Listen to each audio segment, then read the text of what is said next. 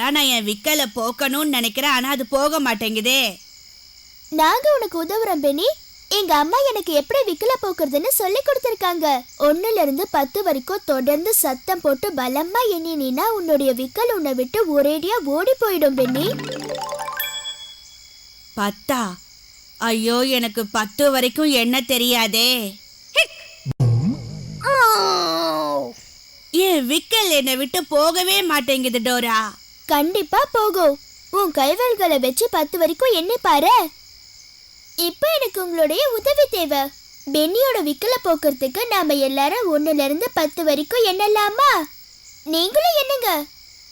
1 2 3 4 5 6 7 8 9 10.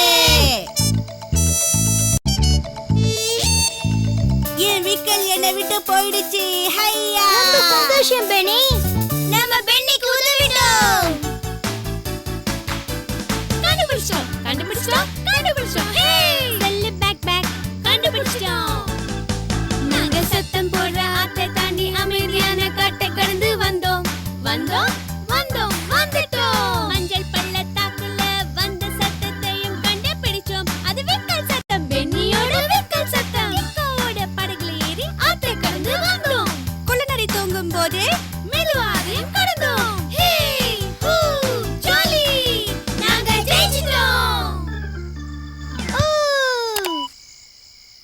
இன்னைக்கு நம்ம பயணம் ரொம்ப சுவாரஸ்யமா இருந்ததுல. இதுல உங்களுக்கு எந்த பகுதி ரொம்ப பிடிச்சிருந்தது? எனக்கும் அது ரொம்ப பிடிச்சிருந்தது. குள்ளநரி தூங்கும்போது அதுக்கு கேட்காம மெல்ல நடந்ததுதான் எனக்கு ரொம்ப பிடிச்சிருந்தது.